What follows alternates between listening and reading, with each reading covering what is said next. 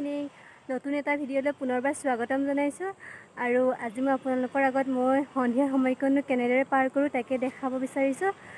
গতিকে ভিডিঅ'টো শেষলৈকে চাব। ঠিক আছে, এতিয়া চাই থাকিব ভিডিঅ'টো। ঘৰটোত থাকি থাকি আমনি লাগি যায়, সেয়ে ভাবিলোঁ অলপ ওলাই যাওঁ আৰু ওলাই গ'লে মনটো যিহেতু ভাল লাগে সেইবাবে ওলাই আহিলোঁ। এইফালে আহি আছোঁ বাগানৰ মাজে মাজে, এই পৰিৱেশটো খুবেই ভাল লাগে।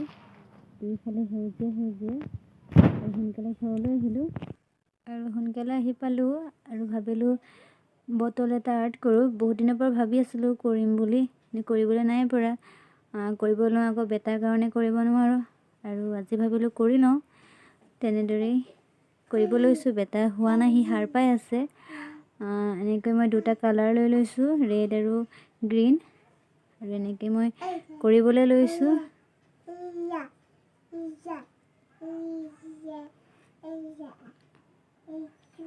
আৰু কৰি থাকোঁতে যিহেতু বেটাই খেলি আছিলে আৰু সিও অকলে অকলে খেলি আমনি পালে, তাক বাহিৰলৈ যাব লাগে আৰু মই সম্পূৰ্ণ মোৰ কৰা নহ'ল DIYটো, আধাতে সামৰিবলগীয়া হ'ল আৰু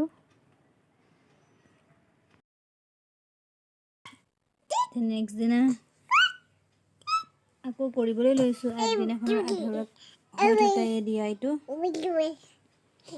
এনেকৈ মই ফাৰ্ষ্ট ৰেড কালাৰটো মাৰি লৈছোঁ আৰু ইয়াৰ ওপৰত অলপ গ্ৰীণ কালাৰ দি পিনি এনেই অলপ আঁকি লৈছোঁ আৰু যেনেদৰে কৰিম বুলি ভাবিছিলোঁ সেনেদৰে কৰা নহ'ল আৰু এনেকৈয়ে খৰখেদাকৈ কৰিলোঁ। আৰু এডাল মানি প্লেণ্ট আনি থৈছিলোঁ আৰু মানি প্লেণ্টটো এনেদৰে বটলটোত থৈছোঁ। মোক কেনেদৰে ৰাখিলে ভাল লাগে আৰু সেয়ে ৰাখিছোঁ। বটলটো যেনেদৰে DIY কৰিম ভাবিছিলোঁ সেনেদৰে কৰিব নোৱাৰিলোঁ, এনেকৈয়ে কৰিছোঁ আৰু ভাবিলোঁ এতিয়া সন্ধিয়া কিবা এটা খাই লওঁ আৰু বেটাকো খুৱাওঁ, সেয়ে খাব লৈছোঁ আৰু ভিডিঅ'টো ইমানতে সামৰিছোঁ। যদি ভাল লাগিলে তেন্তে লাইক, শ্বেয়াৰ, কমেণ্ট কৰি দিব। ধন্যবাদ।